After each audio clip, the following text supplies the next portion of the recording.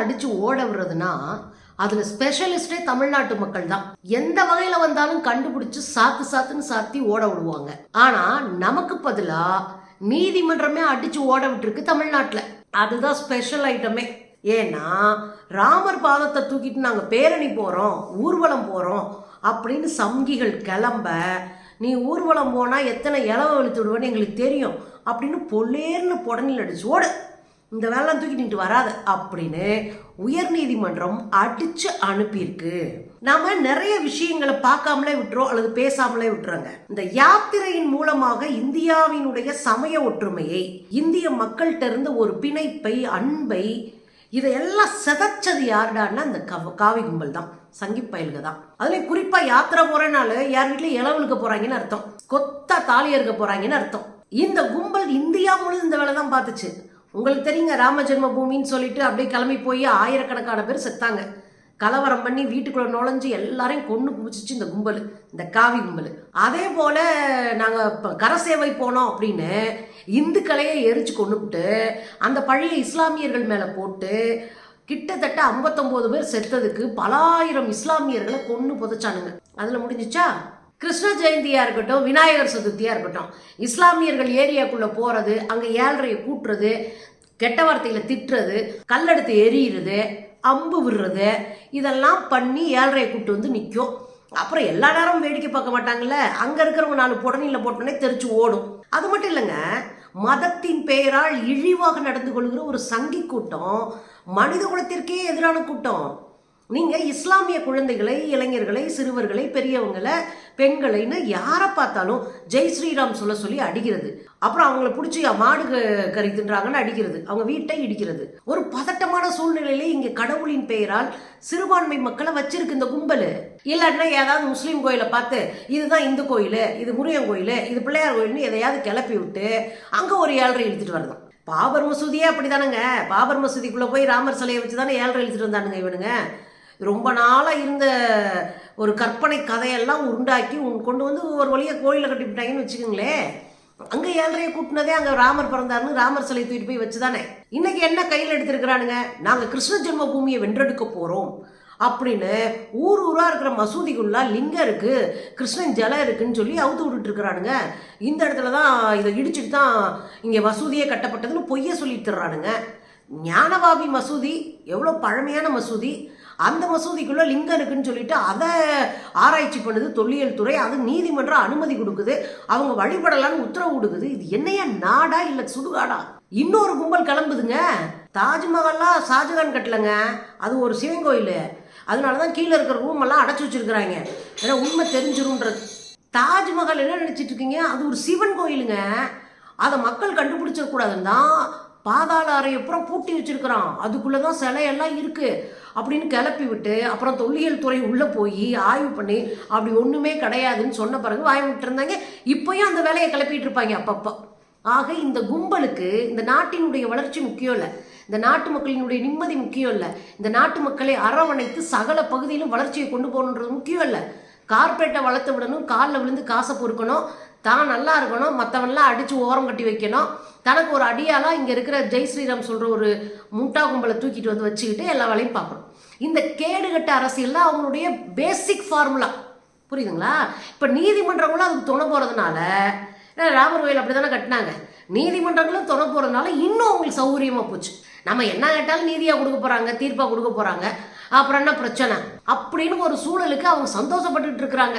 அதனாலதான் இந்த ஆர்எஸ்எஸ் தலைவர் இருக்கார் இல்லையா, யாரு ஆர்எஸ்எஸ் தலைவர் இருக்கார்ல மோகன் பகவத், இனிமேல் நாங்கள் கோயிலுக்கு முன்பு போய் போராட்டம் பண்ண மாட்டோம், இடிக்க மாட்டோம், எதுவும் பண்ண மாட்டோம், நாங்கள் நீதிமன்றத்துக்கு போவோம், ஏன்னா போனாதான் கையிலேயே அல்வா மாதிரி கொடுத்துட்றானுங்கள, நீ என்னப்பா தீர்ப்பு கேட்குற, அப்படியா சரி ஓகே அப்படின்னு கொடுத்துறாங்கல்ல.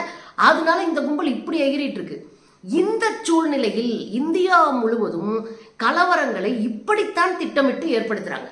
இப்படித்தான் கலவரங்களின் மூலமாக லட்சக்கணக்கான மக்களை கொன்று புதைத்திருக்கிறார்கள். திட்டமிட்ட கலவரங்களினால் குழந்தைகள், பெண்களை பெரிய அளவுல கொலை செய்திருக்கிறார்கள். இந்த கும்பல் தமிழ்நாட்டுக்குள்ள வாலாட்ட ஆரம்பிச்சிருக்கு. சங்கியை தான் தெருவுக்கு ஒரு சங்கம் வச்சிருப்பானுங்கல்ல, அதுல பாரதிய இந்து மகாசபைன்னு ஒரு சபை, அவங்க அதுல இருக்கிற பாலகிருஷ்ணன் ஒரு ஆள் என்ன பண்ணிருக்கான்னா, இந்த ராமர் பாதம் இருக்குல்ல அதை வச்சு தமிழ்நாட்டில் ஊர்வலம் நடத்த போறோம். வந்துட்டானுங்களா வாங்கின விலைக்கு. இங்க ஆர்எஸ்எஸ்ஸே ஊர்வலம் நடத்தக்கூடாதுன்னு சொல்லி அடிச்சு விரட்டிட்டு இருக்கோம். அகில பாரத இந்து மகாசபை அதன் சார்பா ராமருடைய பாதத்தை எடுத்து பேரணி போப்புறாங்களா. எங்க இருந்து? திருப்பூர்ல இருந்து கொண்டு போப்புறாங்களாம். திருப்பூருக்கு பக்கத்துல அனுபர்பாளையம்ன்ற ஊருங்க. அங்க ஒரு கோயில் இருக்கு, அது நாட்டார் தெய்வம் கருப்பணசாமி கோயில். அங்க போய் உட்கார்ந்துக்கிட்டு ராமர் பாதத்தை வைக்கிறானுங்களாம். ரைட்டு. அங்க ராமர் பாதத்தை வச்சு வழிபட்டு அங்கிருந்து பேரணி ஆரம்பிக்கிறாங்களாம். எங்கடா போறீங்கன்னு கேட்டா அங்கிருந்து ஆரம்பிச்சு ராமேஸ்வரத்துக்கு போறாங்களாம். வாகனத்துல இந்த ராமருடைய பாதத்தை வச்சு தெரு தெருவா கொண்டு போறாங்களாம். அப்படி கொண்டு போயிட்டு ராமேஸ்வரத்தில் போய் அங்க சாமியை கும்பிட்டு அங்கிருந்து அப்படியே ட்ரெயின் வழியா ஏறி அயோத்திக்கு போறாங்களாம். என்னடா நாடகத்தை போட்டுக்கிட்டு இருக்கீங்க? நீங்க யாருன்னு எங்களுக்கு தெரியுமே. இப்படித்தான் ஆரம்பிச்சு இளவெழுத்து விட்டு வந்து நிப்பீங்கன்னு எங்களுக்கு தெரியுமே.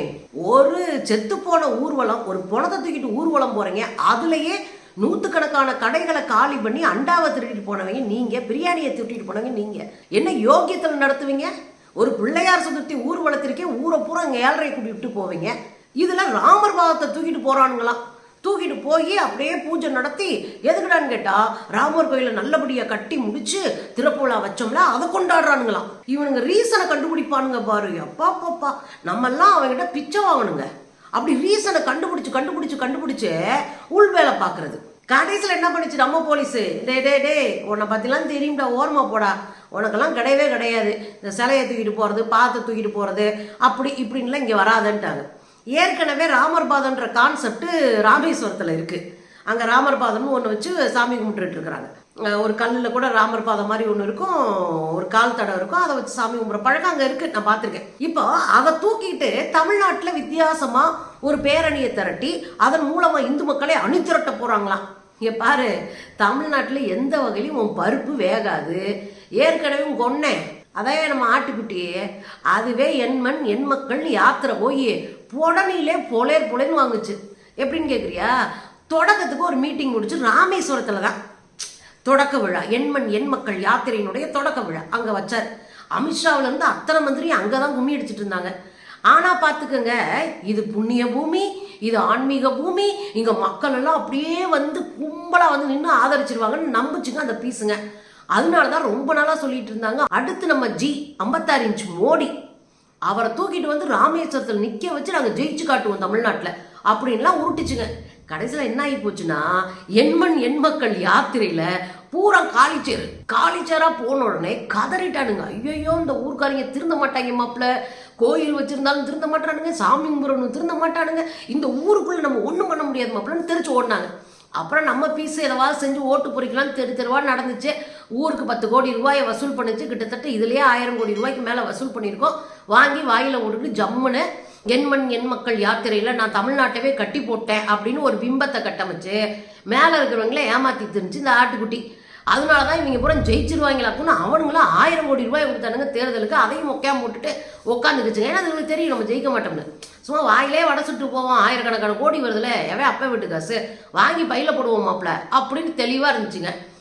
தெருவா போய் போகிறவன் வரேன்லாம் அடி வாங்கி பர்ஸை தொலைச்சி விட்டு 1000 கஷ்டப்பட்டு போன அண்ணாமலைக்கு 5 ரூபாவுக்கு பிரயோஜனம் இல்லை இந்த தமிழ்நாடு. இதெல்லாம் ஒரு பீஸுன்னு சொல்லி அதுவும் பாரதிய இந்து மகாசபையிலிருந்து போறானுங்களாம். இந்த ஆள் யாருடான்னா ஏற்கனவே இந்து முன்னணியிலேருந்து அடிச்சு வரட்டினாங்களே, இருந்தால களவாணித்தனம் பண்ணியிருப்பான் போல இருக்கு, அடிச்சு வரத்திட்டாங்க போல இருக்கு. இந்து முன்னணியும் ஒரு களவாணித்தனம் பண்ற அமைப்பு, அது ஒருத்தனை அடிச்சு வரட்டுதுன்னா இவன் எம்புடு பெரிய களவாணியா இருப்பான்னு பாருங்க. இந்த ஆளு தான் பாதையில் யாரு ராமர் பாதத்தை தூக்கிட்டு போய் நாங்கள் அப்படியே அறுத்து தள்ள போறோம்னு சொல்ல, நம்ம போலீஸ் இந்த வேலைலாம் விட்டுருப்பா, எங்களுக்கு ஏற்கனவே தலை வலிச்சு போய் கிடக்குறோம், நீ உன் ஜோலியை பார்த்துட்டு ஓரமா போன்னு கொடுக்க மாட்டேன்ட்டாங்க. நீ வேணா அங்கே உள்ள வச்சு சாமியை கும்பிட்டுக்க, சும்மா அப்படி தூக்கிட்டு ஊர்வலம்லாம் போறதுக்கு அனுமதி கொடுக்க மாட்டோன்ட்டுருச்சு நம்ம போலீஸ். சரி, போலீஸ் தான் கொடுக்கல, நம்ம நீதிமன்றத்துக்கு போவோம், நீதிமன்றம் தான் நம்ம கூடயே நிற்கிது இல்லை, அதனால போனோம்னா இப்படி ஆர்எஸ்எஸ்க்கு எல்லோரும் வந்து இது பண்ணலாம், ஆர்எஸ்எஸ்ல வந்து பேரணி நடத்தலாம், ஆர்எஸ்எஸ் அது நடத்தலாம்லாம் தீர்ப்பு கொடுத்துருக்காங்க, நம்மளும் போவோம்னு போயிருக்காப்புல பாலசுப்ரமணியம். போன இடத்துல புடஞ்சி அடி கொடுத்துருச்சு. யாருக்கிட்ட போய் சேர்ந்துருக்காருன்னு பாருங்க, ஜெயச்சந்திரன், நீதிபதி ஜெயச்சந்திரன் அவர்கிட்ட போயிருக்காரு. அவரே போறவர்களை அடிச்சு ஓட்டிக்கிட்டு இருக்காரு. ஏற்கனவே அந்த சங்கி நீதிபதி இருக்காருல்ல சாமிநாதன், ஆர்எஸ்எஸ்காரரு, அவரை அடிச்சு பொண்ணி அடிச்சு ஓட விட்டாரு போன மாசம். அது இந்த மாசம் இது சிக்கிருக்கு, சங்கிலே மிதிச்சு ஓட விட்டாரு. என்ன சொல்லியிருக்கிறாருன்னா, பா தம்பி, நீ ஏற்கனவே அனுமதியே இல்லாமல் பிள்ளையார் கோயிலை வச்சு பிள்ளையார் சிலையை வச்சு 7.5 இழுத்தன எங்களுக்கு தெரியும். ஏற்கனவே உங்கள் கட்சியிலேருந்து அமைப்பிலேருந்து தூக்கி விட்டாங்க. உன் நடத்தையில் ஒரு உள்நோக்கம் இருக்குது, அதுக்குள்ளே ஒரு அரசியல் உள்நோக்கம் இருக்குன்னு எங்களுக்கு தெரியும். அதனால இந்த வேலையெல்லாம் இங்கே பட்டு என்ன பண்ணாத, பேசாமல் பொட்டியை கட்டிட்டு கிளம்பு. தனிப்பட்ட முறையில் நீ போய் சாமியை கும்பிட என்ன பண்ணலாம், அது உங்கள் உரிமை.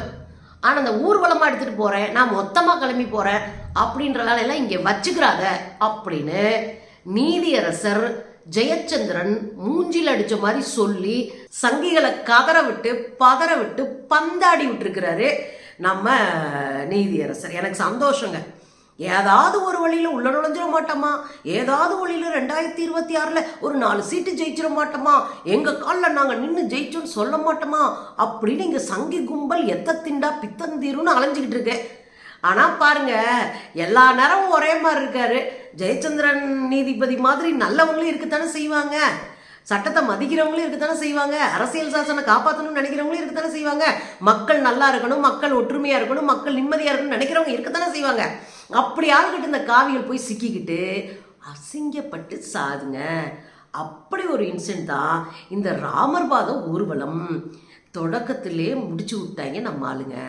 ஏன்னா இது தமிழ்நாடுயா.